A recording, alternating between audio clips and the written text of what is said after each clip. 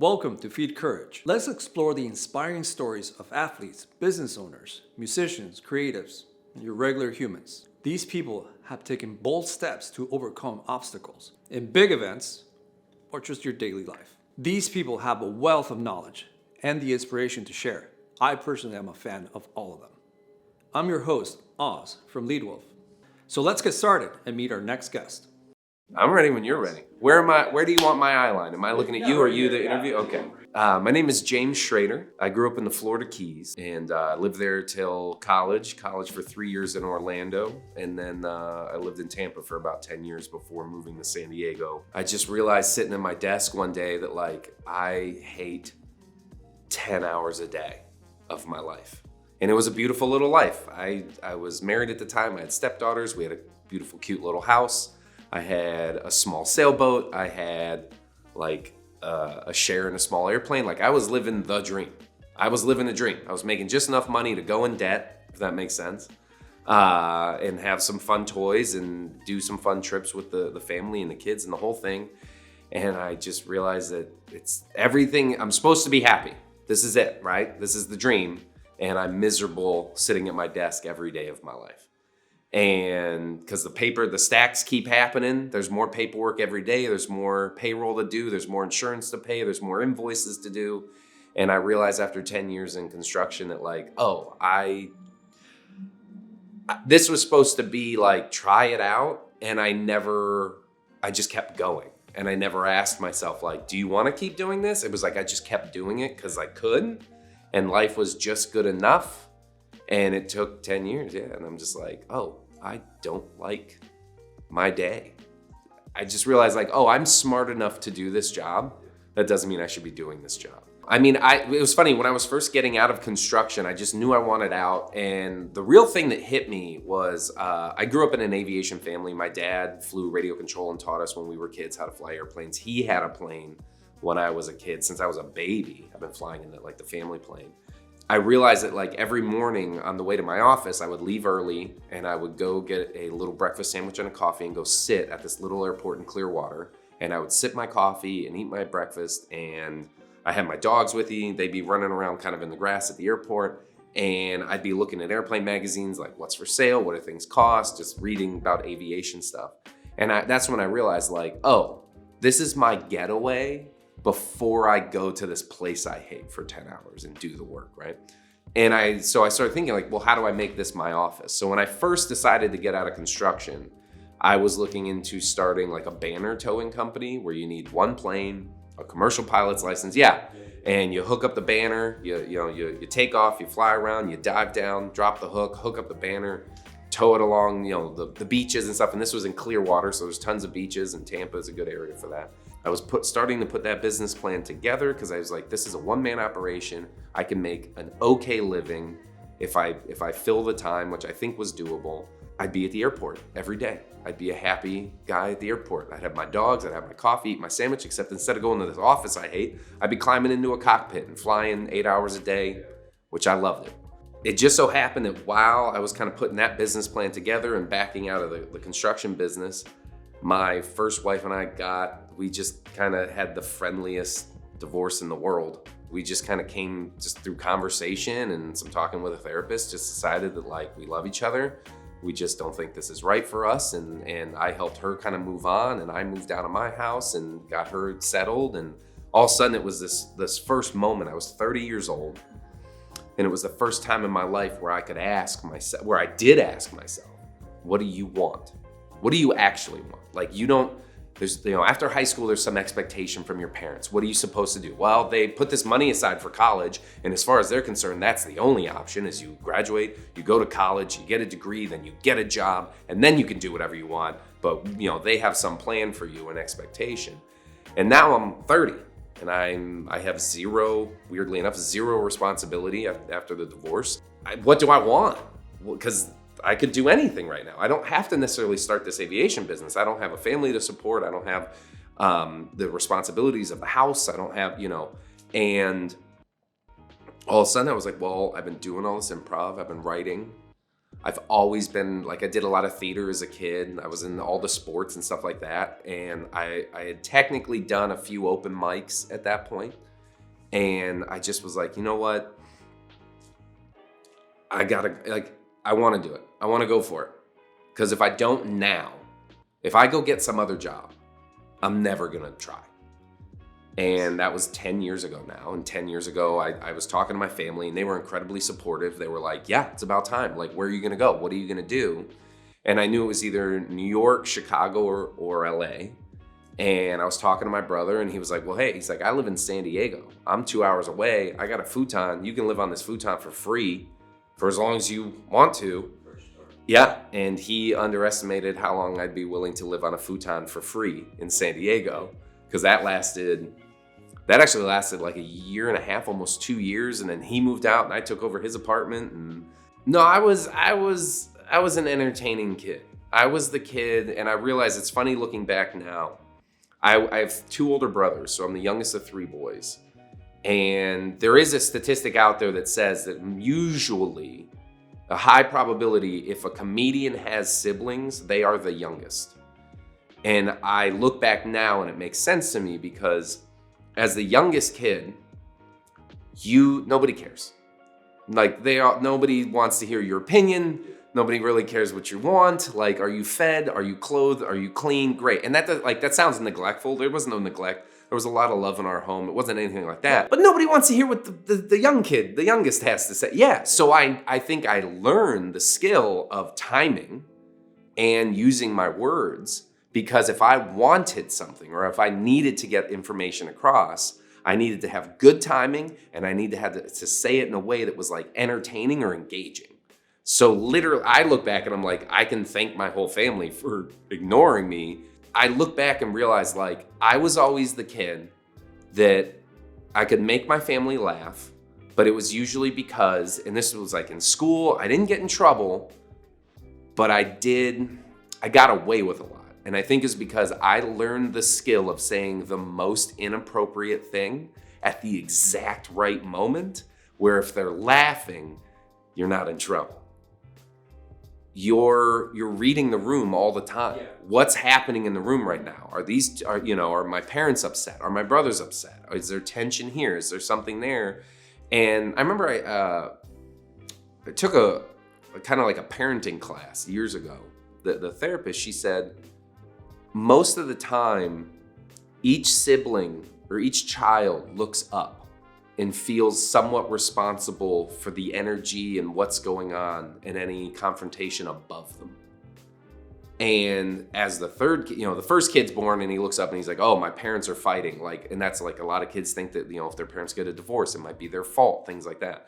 So the first kid looks up and he's like, oh, my parents, there's tension in the house. There's something, maybe it's my fault. How can I fix it? They feel responsible. Then the next kid comes along and he sees there's his older sibling and 2 parents above him that he feels, and I'm at the bottom of that. So I feel responsible for 4. So I think that happens as siblings are born, is that you get a better skill of reading the room, reading the energies. And I've always felt that way. I've always been able to talk to people. I've always felt that people opened up to me more than they necessarily would to someone else. I don't know why. And I feel like that's why, like, the commercial work I've done, I think that's a lot of it. As I think I definitely have it's funny, I've like tried to like pinpoint it and describe it to clients and stuff as we're writing scripts and like vibes and scripts and things, where it's like, I'm this trustworthy fun uncle that's like lived life. I've seen things, and I'm not here to tell you you're doing something wrong. I'm just telling you how you can do it better. And I think whatever it is, and I've joked about the fact that like my best skill is smiling through my eyes. The camera rolls, for whatever reason, I'm comfortable in front of it. I can deliver the lines and smile and do the things. And like we were, it's in the first like Squatch video, like we were so physical. We were doing all this stuff and lifting things and doing things and delivering lines to camera. And I think those skills came from like, I played every sport in high school. I was a cheerleader in high school. I taught gymnastics and hip hop in college, technically. And And I'm a physical guy. I don't know, but like, so it's just kind of, it came natural to me, but at the same time, it is a lot of work to pull off some of those sequences. And we would run through the sequences, half a dozen times, a dozen times, and then we start filming. And then you got to do it 5 more times to get it till you nail it. Because just because you did it, just because you got from one end of the sequence to the other, doesn't mean that it really looked good. I'm a great wingman. I'm fun. This sounds weird to talk about. I feel like I'm a great wingman. I think I was like 10 or 11, and my older brothers would have been 13 and 15, and we had gone to Disney with like cousins. And my brothers would find a group of girls, and they'd be like, hey, go talk to them. And I'd go over and I'd start chatting them up, and they'd be laughing, and I'd be talking to them. And as soon as I had them like laughing and talking, my brothers would roll up and they'd be like, oh, hey, I'm his brother. And then all of a sudden they'd be like, all right, go away. And then they'd shoo me away, and then they'd sit there and chat up the girls. First time I ever did it was 7th grade. I did technically like a talent show for like 150 kids in middle school. And I did 5 minutes, and I got a few laughs. That was the first time I'd ever just like, I'm gonna go tell jokes in front of people. There is a ton of insecurity. On stage, I am way more secure and confident when I'm doing, stand-up. Even when I'm trying new stuff, I'm fine with it failing because I'm on a mission. I have a goal here. I wrote this stuff. I think it's funny. Even if they don't laugh, I don't trust them, because if they were funny, they'd be here, and they're not. And I know that, I have other material that does work, so I have this skill set. And I'm just gonna have to keep failing till I find the beats or find the moments that make this funny concept that I thought of work. And it took a little while to get there. I remember, I think I was 3 years into comedy. I'm about 10 years, I'm just almost 11 years in. And I was here, and in the beginning, all you're doing is open mics. You're hanging out, you kind of meet like a new group of friends because you're hanging out with the same 20 people 7 nights a week, doing 3 minutes at this club and then going to this bar to do 3 minutes at midnight. And it's honestly the best. It's the most fun I've ever had. I've never hung out with funnier people. I've made the closest friends I've ever had in my life. Like, we were all failing and struggling together, and we're all trying to be funny. So when you're off stage, you're hanging out with the funniest people in the city. Like, it's a blast. I love it. While you're also like miserable because you're like, everything I write sucks. Nobody's laughing. But you get that one laugh, and that's all that, then that you build off that. I remember I was 3 years in, I was visiting Indianapolis, and there was a headliner that I'd met. His name's Tom Rhodes. Fantastic comedian, incredibly kind guy. He's a past regular at the Comedy Store in Hollywood. He's toured the world. He had a TV show in Holland, I think. But I had met him down here in La Jolla at the Comedy Store. And he was just very generous with his time, with his wisdom. It was just a great guy. And he was like, hey man, if you're ever around or whatever, hit me up. And I happened to see that he was headlining a club when I was in Indianapolis.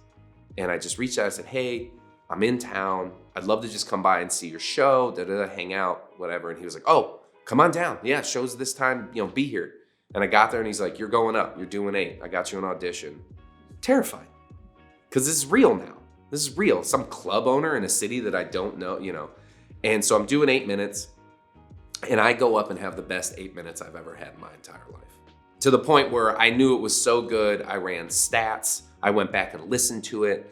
I got 53 laughs in 8 minutes. It's something like a full room laugh every 7.4 seconds. Oh yeah, I listened back. I'm running stats and doing counting every laugh. And it doesn't count when 4 people laugh. Like, I want to hear the whole room. How many laughs did I get? So in 8 minutes, I got I got at least a full minute of laughter. So you're really only doing 7, and I'm running all these stats. And I remember it was like a few days later, and I was like, okay, I am getting laughs at the highest level.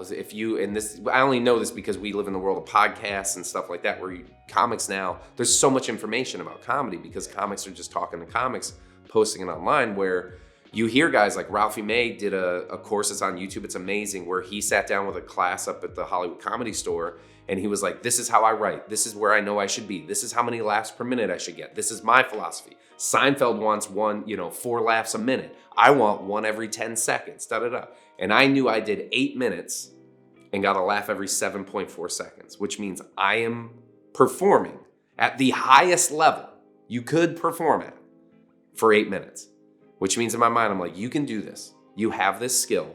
It just takes time. It took you X amount of time to build 8 minutes. If you keep going, you will build an hour. You will be able to do this at a high level. And that was kind of the turning point of like, this will be the rest of my life. Yesterday, I found a box that had a bunch of old notebooks. And I literally, and all of a sudden I started like, oh, I have a few over here, I have a few over here, I found the stack here. And I lined up what I think it's all of them. Every notebook, because I have a notebook on me, I'll pull it out. I have one of these on me at all times. It's in my pocket, because if something comes, I have forgotten more jokes than I've written down in my life.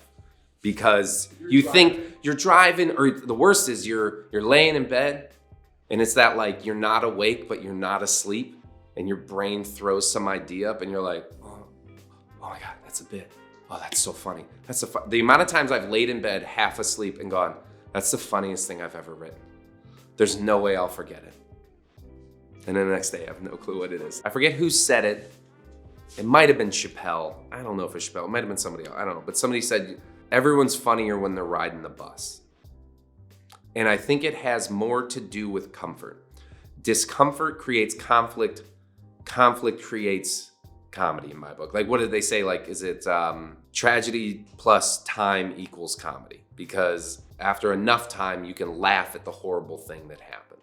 I think there's something, I don't think it's necessary, but especially in the beginning, and I say that from a standpoint, like I've struggled with depression, anxiety, insecurity, and things like that. It helped put the emotion on the page. It helped me identify with myself. It helped me maybe identify with people and realize like, what's the common bond here and how can I point at it so we can both enjoy the silliness that is us being humans and dealing with this.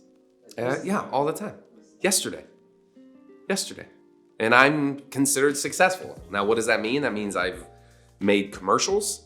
I was in a Super Bowl ad. Like, if you look at the resume, it sounds amazing. For the past 5 years, I've been helping write and be in commercials for a number of different brands that have over 1 billion views, which means multiple billion impressions. The Super Bowl ad, we've helped a brand go from, in the millions in sales to in the 100 millions in sales. It's amazing, while also I'm terrified that next year, what am I going to do and how am I going to support my kid? At what point is everyone going to find out I'm a fraud? At what point are they going to realize like, oh, he really does have no other skill besides smiling through his eyes? Yeah, the imposter syndrome's real. And I go back and forth on that because I know what I've written. I know what that's done. I know I can look at the work and see the commercials and be proud of them, while also I look at them and I'm like, I hesitated a fraction of a second here. I sort of flubbed that word, but only I hear it. This was off, I can rip, and it's anytime I record a comedy set, any commercial I've made, I look at it and I can tear it apart because it could have been better. There hasn't been a single commercial shoot where we shoot the whole thing, I see the first edit, and in my mind I'm like, we should just reshoot it because now I know what we should do, which isn't feasible. And they're like, it's not happening because the client, but it's the fear of like, can I keep this going? Is there anyone else that's going to want this skill for their company? Or is the comedy, am I going to be able to convert that into a comedy career? Because the truth is, 1 billion views means people think I own a soap company. They don't know that I'm a comedian. They don't know that I have shows. Yeah. It doesn't translate immediately. And it's funny it's shocking to me how many soap brands and men's brands and stuff have reached out directly and are like, we'd love for you to do a thing for us. I'm like, one, I can't because I'm the face of a soap brand. I can't sell your soap and their soap. And two, yeah, contractually. And two, I don't want to sell soap for you. Like I'm already selling soap. Like let's sell something else. Let's sell Toyotas. Like, I don't know, like anything else. But it is interesting where like the majority of the people that reach out are in some way like soap adjacent. Yeah, I was here in San Diego just doing open mics and popping on shows, and I'd grown just a little bit higher than the open mic level where like clubs trusted me on the weekends to do 8 minutes here and stuff like that. It was a Thursday, I had nothing going on, And so I didn't have anything I should say on the calendar. So I just went down to a club that was very comic friendly. They let me do 8 minutes, and the CEO of this marketing firm happened to be there. And a week later, they had a meeting about all right, we got this new client, it's Dr. Squatch. We need this kind of vibe. We're looking for a front man that can, give off this feeling and that's like rugged and outdoorsy. And there was 2 other people there, and one of them had been at the show too. And they were like, what about that guy we saw? They called me, and it's all, none of it. I look back now, I was like, pure luck. I wasn't supposed to be there. They weren't supposed to be there. We but just happened to end up there. A week after that, they called me. Within 3 weeks, I had written a script. I wrote the original. They had here's our outline. I wrote a 5.5 minute script. We worked together to turn that into a 3.5 minute, 4 minute thing. And I say that I'm not taking all the credit. They kind of were like, this is how we think it should go. I threw all the spaghetti I had at the wall, and then working with them, we tightened it up, and they had input and changes, and we changed things. And a month later, we shot it. And a year later, we had 100-something million views, and the company was going, and they were doing great, and they were growing, and it worked. And then we started making more, and we wrote some other stuff, and you fail. You got to fail. The problem is it's hard to fail in marketing, because if you fail too much, then people don't trust you anymore. But that's art. You got to fail to succeed. So we've had a good track record, and now Raindrop is going like crazy, and they're making fantastic ads for tons of brands and helping brands do. Yeah, they're great people and extremely talented, very creative. And it's funny, a bunch of my friends work there now and are writers and they're comedians, and they're like I said, extremely talented. And it's so fun to see that merge, and now friends doing those things and building careers and building brands and stuff. I have about 15 scripts I've started. I've finished none of them. And I think that's the ADHD nature and the fast. Stand-up is very much, I got an idea, here's the punchline, I'll go on stage, I'll find the beats of, by the 4th time you perform it, you kind of know where it works. Now that doesn't mean it's done, because it's never done, but you kind of know whether it's gonna be there. Like those notebooks that I carry, I forget how many, I don't know, I have over 25, less than 35. And that's over 10 years of jokes. And I always felt that about 10% of what I write down makes it to the stage. And about 10% of that works, to the point where you keep going with it. Now that doesn't mean, I have actually set a goal for myself that I'm gonna start at book 1 and read and take notes on all the things I wrote down, because I'm a better joke writer now than I was 10 years ago when I wrote that down. And there was something funny there to me, right? So I'm gonna go back through all my old notes and see what can I do with these ideas now? But as far as the movie stuff, it's the same thing. We're I have ideas, I'd love to do stuff. I love acting. I love the idea of doing that. And I've done shorts with friends. I just wrote, I co-wrote, I should say, an animated feature with a buddy of mine that I grew up with. We went to high school together. We did TV productions in high school. We lived together in college. He's a filmmaker since high school, really.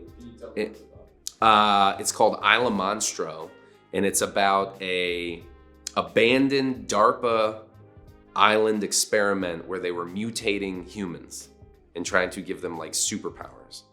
And in the end, they felt it wasn't working. And so they were supposed to pretty much drop a nuke on the island and abandon it.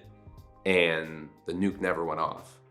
And all of a sudden, this character stumbles across the island, and there's all these people that are still surviving, but they're all mutants of some kind.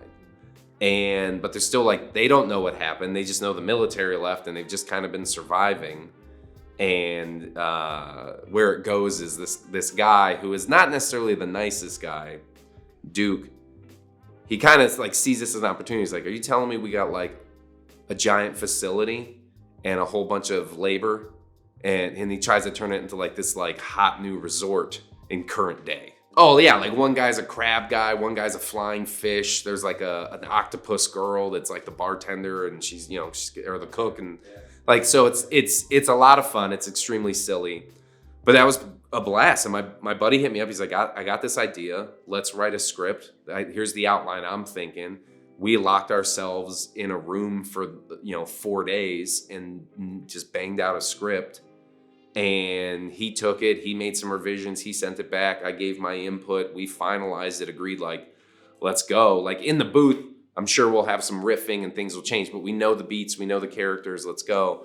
And he's pulled it off, and he shopped it around first as a series up in LA, and then the kind of no real heat came from it, and he shopped it around a little bit with his manager as a feature.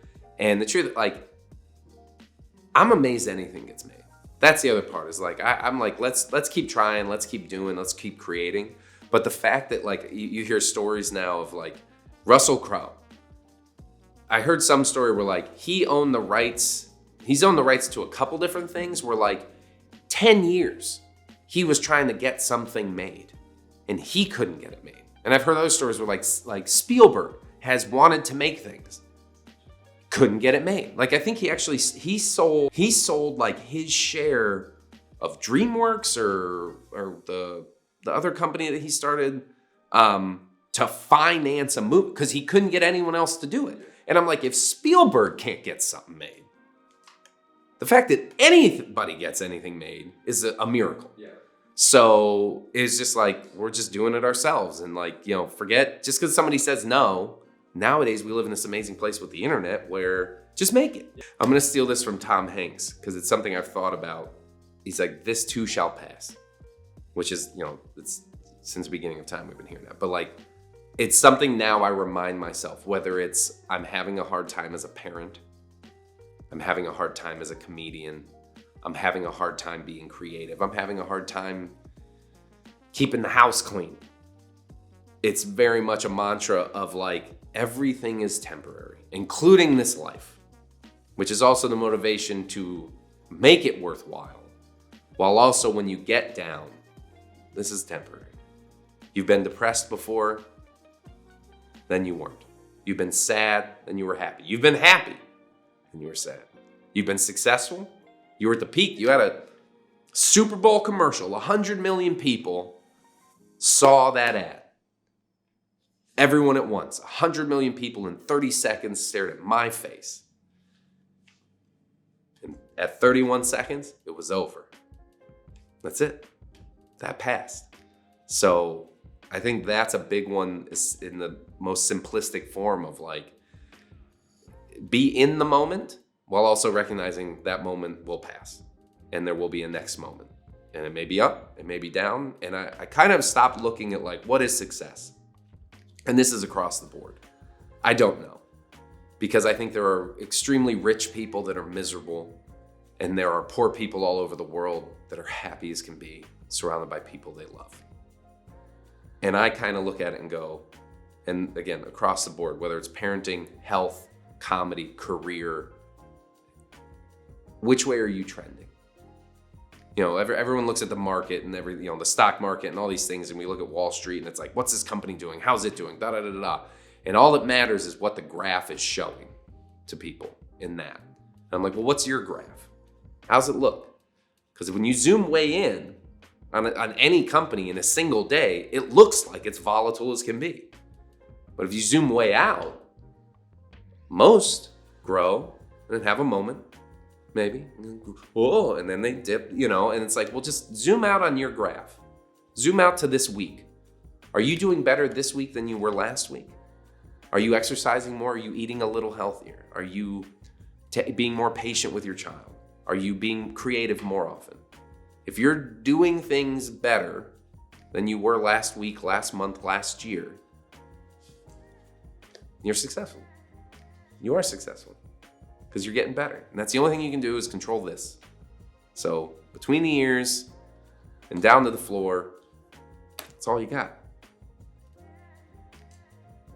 James Schrader, leave it gentlemen. Thank you very much, sir. Thank you. And that's a wrap for today's show of Feed Courage. I'm your host, Oz from Leadwolf. I hope you had some valuable insights and really got inspired from our guest. If you have any comments or questions for them, please leave them below. Remember to like and subscribe to our channel. If you or someone you know has an inspiring story, send us a DM. We'd love to have you on our show. Until next time.